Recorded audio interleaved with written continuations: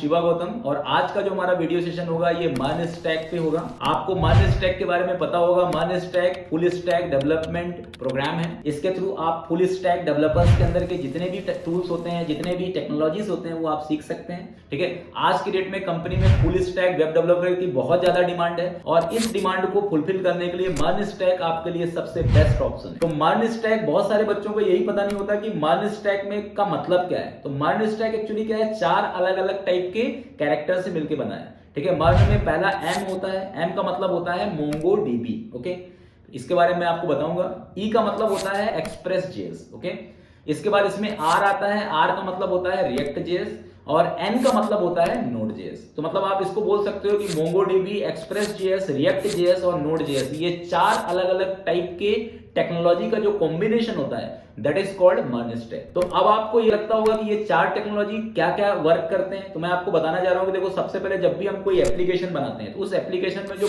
Primary focus हम किस पे करते हैं, यूआई पे करते हैं। तो मान स्टैक पे यदि आपको यूआई बिल्डिंग करना है, आपको फ्रंट एंड बनाना है, तो इसके लिए आपको क्या सीखना रहेगा, रिएक्ट जेएस। तो मान स्टैक का जो पहला जो प्राइमरी स्किल है वो क्या है, आपका रिएक्ट जेएस है, फ्रंट एंड है। उसके बाद फिर हम आएंगे आपका बैक एंड पे। तो बैक एंड के लिए मान स्टैक में किसका यूज किया जाता है, नोड जेएस का। नोड जेएस एक्चुअली ये भी जावा स्क्रिप्ट की एक लाइब्रेरी ही है। ठीक है, ये आपको जावा स्क्रिप्ट के अंदर इस तरीके का कोड पैटर्न प्रोवाइड करता है जिससे आप डीबी कनेक्टिविटी कर सकते हैं। तो इसके लिए Node.js is the backend. Okay, तीसरा जो होता है आपका वो होता है स्टोरेज। अब आपको एप्लीकेशन के अंदर का जो डेटा है उसको कहीं ना कहीं तो स्टोर करना पड़ेगा। तो एप्लीकेशन के अंदर का जो डेटा स्टोर हम करते हैं वो किसके अंदर करते हैं, डेटाबेस में करते हैं। तो मान स्टैक के अंदर जो हमारा डेटाबेस यूज होता है दैट इज कॉल्ड मोंगोडीबी। और मोंगोडीबी जो है वो एक ऐसा डेटाबेस है जो नो एसक्यूएल बेस्ड है। आपको एसक्यूएल क्यूरी की कोई रिक्वायरमेंट नहीं है। आप विदाउट नॉलेज आप एसक्यूएल क्यूरी आप मोंगोडीबी के अंदर आप वर्क कर सकते हो, क्योंकि मोंगोडीबी के अंदर जो हम क्यूरी लिखते हैं वो पूरी तरह से ऑब्जेक्ट बेस्ड क्यूरी होता है। ठीक है, इसके अंदर आपको कलेक्शंस का यूज करना पड़ेगा, डॉक्यूमेंट्स का यूज करना पड़ेगा। ठीक है, तो मतलब ये जो आपका मोंगोडीबी का जो आपका डेटाबेस आर्किटेक्चर होता है ये बहुत ज्यादा लाइट वेट होता है और ये पूरी तरह से इन मेमोरी बेस्ड होता है, जिससे आपके एप्लीकेशन का जो परफॉर्मेंस होता है वो बहुत ज्यादा इंक्रीज हो जाता है। ठीक है, तो इसलिए आज के डेट में इंडस्ट्री की जो पहली चॉइस है वो क्या है, मोंगोडीबी है। इसके बाद जो हमारा लास्ट टेक्नोलॉजी है that is called express JS. तो एक्चुअली नोड जेएस से हम क्या बनाते हैं, एपीआई बनाते हैं। अब ये जो नोड जेएस के अंदर जो हम एपीआई बनाते हैं, इस एपीआई को हमें कंज्यूम कहां पे करना है, रिएक्ट जेएस में।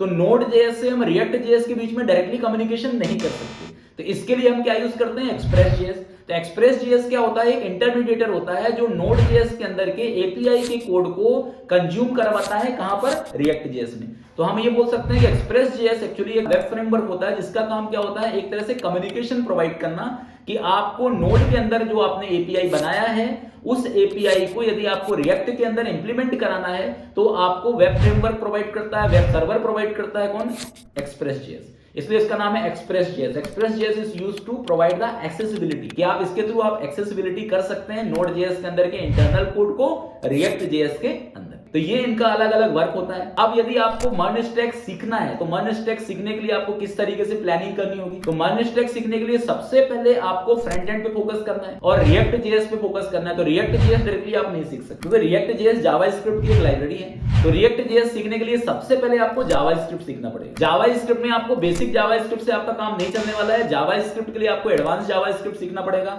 जावा स्क्रिप्ट के अंदर के ऑब्जेक्ट ओरिएंटेशन के कॉन्सेप्ट सीखने पड़ेंगे, आपको एसिंक्रोनस प्रोग्रामिंग सीखनी पड़ेगी, आपको प्रॉमिस सीखनी पड़ेगी, एसिंक सीखनी पड़ेगी, अवेट सीखनी पड़ेगी, आपको ईसीएम स्क्रिप्ट के अंदर के जो जितने भी कॉन्सेप्ट हैं, मतलब ES6 के जितने भी कॉन्सेप्ट हैं वो आपको बहुत अच्छे से सीखनी होगी, तब जाकर के आपको रिएक्ट जेएस समझ में आने वाला है। रिएक्ट जेएस आपका एक कंपोनेंट बेस्ड क्या है, आपका एक लाइब्रेरी है जिसके अंदर आपको सिर्फ कंपोनेंट बनाना है, प्रॉप्स बनाना है, स्टेट बनाना है। ठीक है, तो रिएक्ट जेएस का जो सेशन है मैं आगे आपको डिफाइन करूंगा।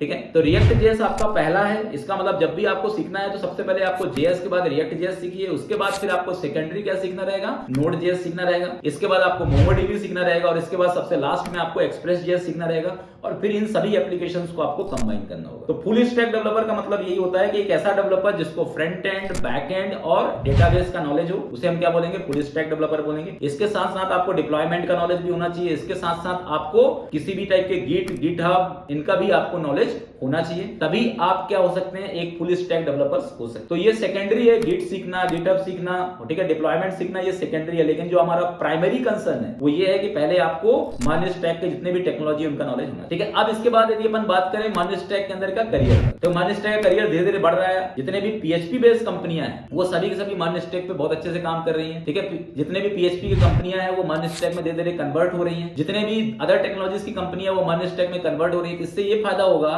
कि यदि ये कंपनियां माइनस स्टैक में कन्वर्ट हो रही है तो माइनस स्टैक के अंदर जो जॉब है वो लगातार क्या हो रही है, क्रिएट हो रही है। तो मैं आपको ये बताना चाह रहा हूं कि दूसरी टेक्नोलॉजी में जो जॉब है वो क्या हो रहा है, डिक्रीज हो रही है, और माइनस स्टैक में जो जॉब है वो क्या हो रही है, इंक्रीज हो रही है, ठीक है। माइनस स्टैक के अंदर जो इनिशियल पैकेज है वो फ्रेशर लेवल की यदि अपन बात करें तो 4.0 L है, ठीक है, 4.0 लाख पर एनम है, ठीक है। फ्रेशर लेवल पे एवरेज पैकेज है, और यदि आप एक्सपीरियंस लेवल पे जाते हैं तो इसका जो पैकेज है वो 6 to 7 लाख है, ठीक है। इसलिए इसका करियर ग्रोथ भी बहुत अच्छा है, इसका सैलरी पैकेज भी बहुत अच्छा है, और ये जो है आने वाला जो फ्यूचर है उसमें आपको फुल स्टैक वेब डेवलपर की रिक्वायरमेंट होगी, और उसमें सबसे टॉप पोजीशन पे क्या है, माइनस स्टैक। तो इसलिए मैं आपको ये सजेस्ट करना चाहता हूं कि यदि आप कोई फ्रंट एंड के थ्रू, यदि आप किसी भी आईटी कंपनी में एंटर होना चाहते हो, यदि आप फुल स्टैक डेवलपर के डेवलपमेंट के थ्रू किसी भी आईटी कंपनी में एंटर होना चाहते हो, तो माइनस स्टैक आपके लिए बेस्ट ऑप्शन है। क्योंकि माइनस स्टैक में आप अलग अलग भी अप्लाई कर सकते हैं, आप रिएक्ट जेएस डेवलपर के लिए अप्लाई कर सकते हैं, नोड के लिए कर सकते हैं, और फुल स्टैक डेवलपर के लिए अप्लाई कर सकते हैं। Okay, thank you.